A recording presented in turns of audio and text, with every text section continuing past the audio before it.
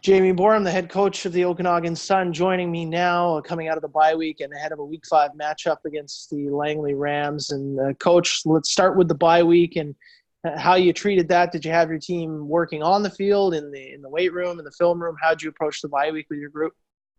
We got a lot of guys from out of town, so if there's an opportunity for them to get home, sometimes it's just nice and refreshing for them. So we had half a week of practice, and then gave them a little extra long weekend to go home and visit with their family. So it was a pretty good week. When you look back on the game before the bye week, the loss to the Raiders in Nanaimo, you come out of the first quarter with a 3-1 lead there, and you have to feel pretty good about that on the road. Where did that game turn in your mind? When we threw back-to-back pick six, like it kind of goes nail in the coffin on you. I thought the defense responded well in the second half to give us an opportunity, and offensively we got to be a whole lot better. Last night we were supposed to connect, but something came up and it impacted your practice as well. Tell me about this crazy weather system moving in last night through the Okanagan. Yeah, I don't know. I think around 5 o'clock, the clouds started rolling in and they were dark and stormy. So came up the west side and then came up the east side of the lake and just kind of got us surrounded, decided it was time to get off the field when lightning was cracking on Knox Mountain. So wow. but we got enough done to make something positive out of it. It is what it is. Yeah. Coach, I wanted to touch on your quarterback situation. We've seen Ethan Newman. We've seen Alex Douglas, both in most of the games this season. Talk to me about that scenario, what you're seeing there. Would you prefer to have, one guy, or is it just a hot hand thing? What are you seeing with your QB spot? We'd like it to be one guy, but we need one guy to step up and be the guy. So we've been waiting for it to happen, and maybe we're forcing it to happen now to put it on those guys a little bit harder to make sure it's done a lot better and that they're being the man in charge as opposed to maybe the guy who's coming in or not coming in.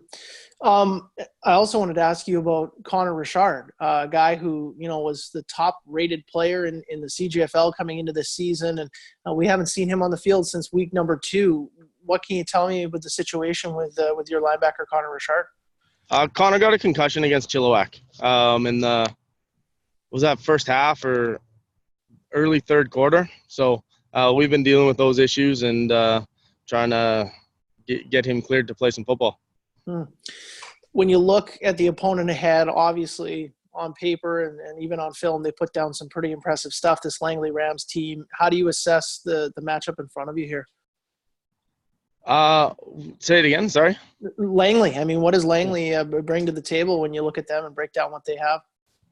Oh, I'd call them the most consistent team in the league right now. They run the ball real well, and that's going to be a challenge for us. And they got some real good talent at receiver. So they got guys who can run. They got guys who can catch. They attack the football. Their O-line's aggressive and physical. Defensively, they cause problems. And if we can't get them out of their 30, that's going to be a problem with the pass. So it's definitely a challenge. And if we want to say anything's a measuring stick in this league, the team that's 4-0 and I don't know, been pretty consistent about it the whole way so far. This is where we want to be, and this is who we want to be playing. They come in with a lot of swagger too, and Howie said it to me yesterday. They might be the cockiest team in the league, and he says to his guys, "That's fine as long as we can back it up and bring it." How do you combat a team that comes in with that kind of confidence and that kind of swagger? Is there anything you can address or do to kind of combat that?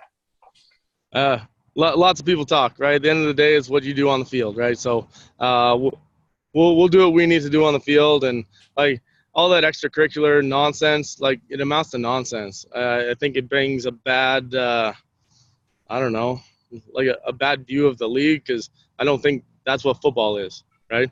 Come here and respect your opponent wherever you're going. At the end of the day, you're going to cross paths another time, and it's cyclical. What goes around comes around. Who's top one year is top, and then there's always change. So I don't like the nonsense. We won't be a part of it. So they can come and do their stuff. We're worried about the Okanagan Sun and who we are and the team we're trying to be, and we'll be true to that. Jamie, I appreciate your insight and your commentary as always. Thanks for your time, my friend. Thanks, Dom. Take care.